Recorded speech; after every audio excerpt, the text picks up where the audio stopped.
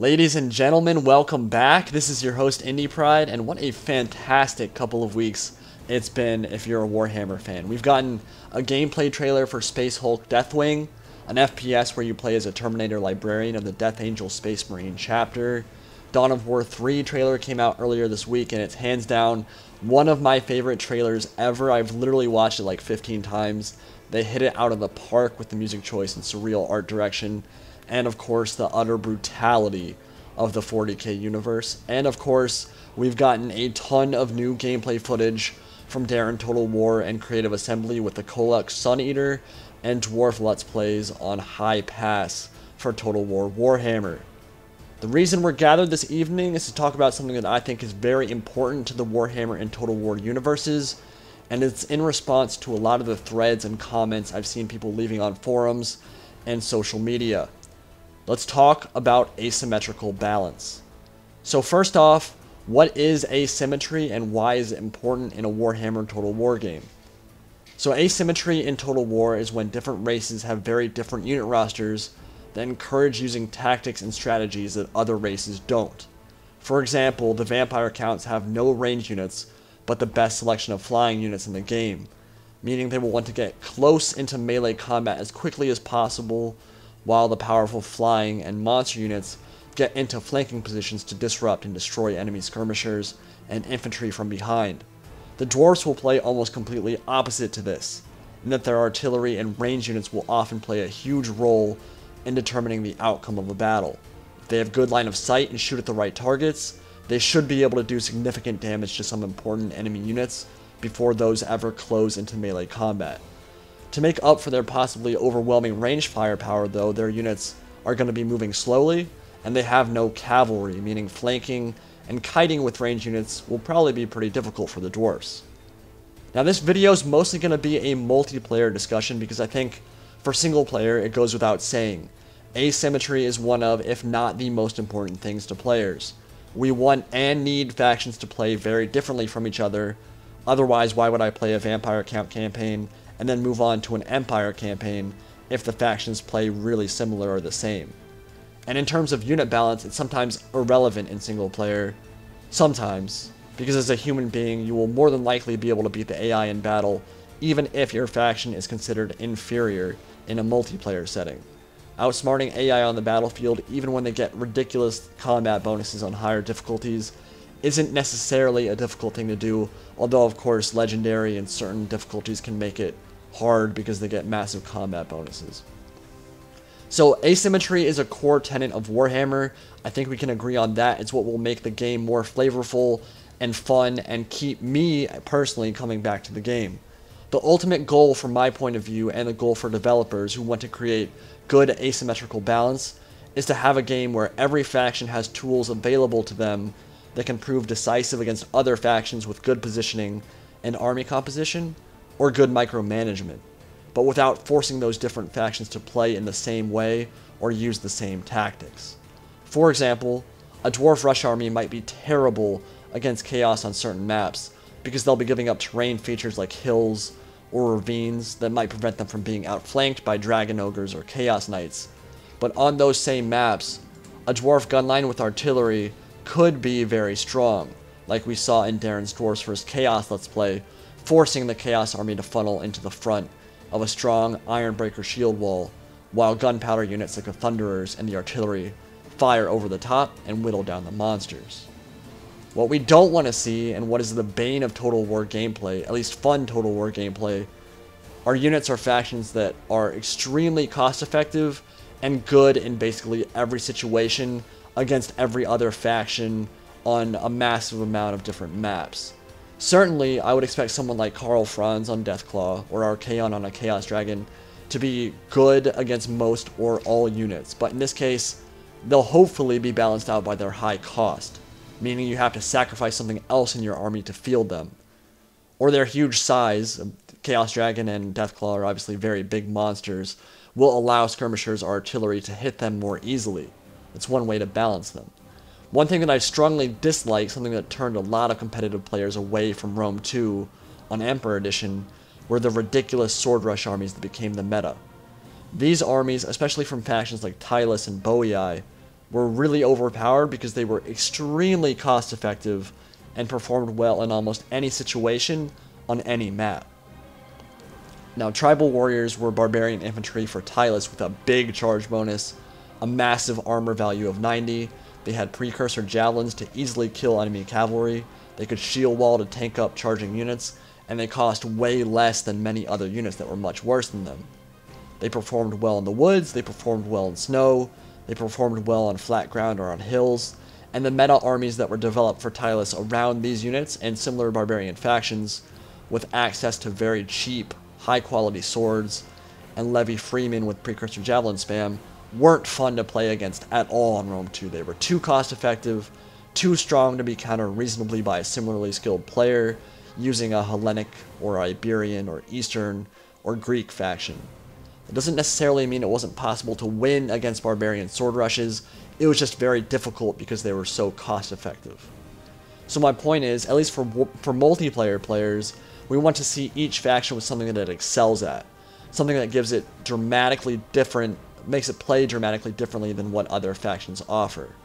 I think we've seen that so far in Total War Warhammer, which is great. Raised Dead, great meat shields and powerful flyers for the vampire counts, but crumbling and an instant loss with the death of your vampire lord. Strong, heavily armored infantry with low mobility and a good gun line for the dwarfs.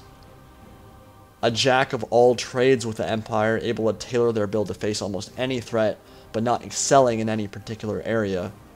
Chaos with the strongest mainline infantry and most horrifying rush builds, but monsters that are very vulnerable to artillery fire and expensive prices to keep their armies relatively small. And Bretonia, with the strongest cavalry in Warhammer of the first 5 or 6 factions, and very cost-effective archers and halberds, but kind of a one-trick pony in their builds that can be countered by many anti-cavalry units on the other side. Now, another thing that I really don't want to see is nerfing factions or units early in the game's life cycle, so they are forced to start playing like other races. As a ridiculous example, and yes, I know this example is ridiculous, but nerfing dwarf gun units and artillery because people call it OP, and then dwarf rush armies become the only viable alternative. That wouldn't happen, but it's the kind of thing that could take away from the flavor of the dwarf army and start to crumble the asymmetry that I think players want, that I certainly want. What I've started seeing a lot recently, particularly after the Chaos Let's Play, is something that I've seen way too many times from fighting games like Mortal Kombat X to other Total War games, and this always grinds my gears, but it's people with really limited information, in this case based off only 1 or 2 gameplays against the AI, screaming that Chaos is OP, Chaos has no counters, dwarfs are terrible, they suck, they don't have any options, they're a bad faction. Ridiculous claims based on the gameplay we've seen. Number one, these battles are showcase battles, they're marketing for Creative Assembly, they're created for a purpose. And in the case of the Chaos vs. Empire and Dwarf versus the Chaos vs. Empire and the Chaos vs. Dwarfs battles, they were created specifically to show off the strength and variety of Chaos and entice people to pre-order, not to show high-level gameplay or dynamic tactics that could be used to counter a Chaos Rush army by an experienced player. And number two, they were played against the AI. You always have to take those battles with a grain of salt. A real player on the other side is going to do, generally speaking, a much better job and give you a much bigger challenge than the AI ever could in terms of micromanagement and good positioning. But the thing that frightens me, the thing that I implore CA to avoid, is listening to whiners who are already saying stuff like, dwarfs are a terrible faction, they can't possibly beat Chaos, nerf Chaos, buff dwarfs, blah blah, rabble rabble rabble.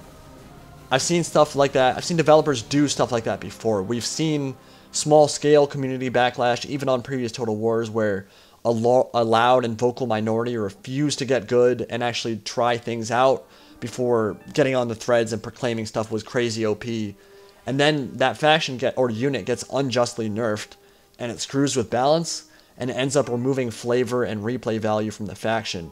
And most importantly, it removes entertainment from the game. That's never a good thing. Let's be clear for a second. I do not expect Total War Warhammer to be particularly well balanced at launch. It might even be a downright nightmare in terms of game balance. Getting multiplayer balance down correctly has never really been Creative Assembly's strong suit, and that's partially because it isn't easy. especially in a game like Warhammer with these massively different unit rosters and the variety in tactics and strategies available to the player. We will almost certainly see some pretty ridiculous power builds coming out of the tournament scene. What I'm asking for and what I'm hoping for is that as players we don't rush to judgment. I've seen it way too many times. Players throwing tantrums about game balance with very limited information before the game is even out. And sometimes developers listen to these people. They make drastic balance changes in response to some loud voices on the forums, a vocal minority, that ultimately make the game worse and strip some flavor that make factions or characters unique. That's not a good thing for the game. It's not a good thing for the series. It's not good for Warhammer.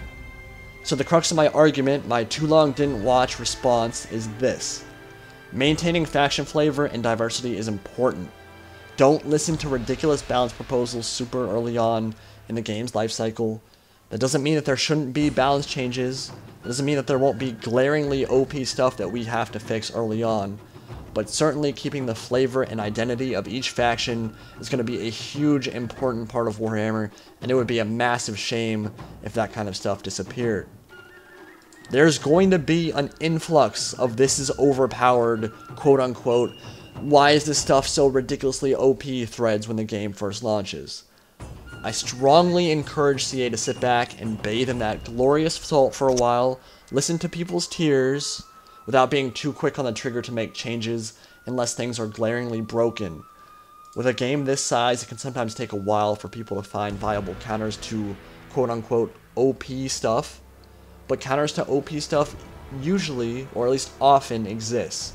People just have to be willing to try new things and step outside their comfort zones with micro and army compositions. Ultimately, some factions will match up better versus other factions, and that's okay. Chaos Rush armies might end up being a great counter to Dwarf gun lines, but they might be at a disadvantage to Empire builds with a lot of Reichsguard and gun cavalry. Let's let the game breathe. Let's not rush into patching stuff unless things are clearly broken. It's a big game. There are a lot of different units. There are going to be a lot of viable tactics and strategies, I think. We're going to need some time to learn and play around with things before we get a good sense of the overall game balance.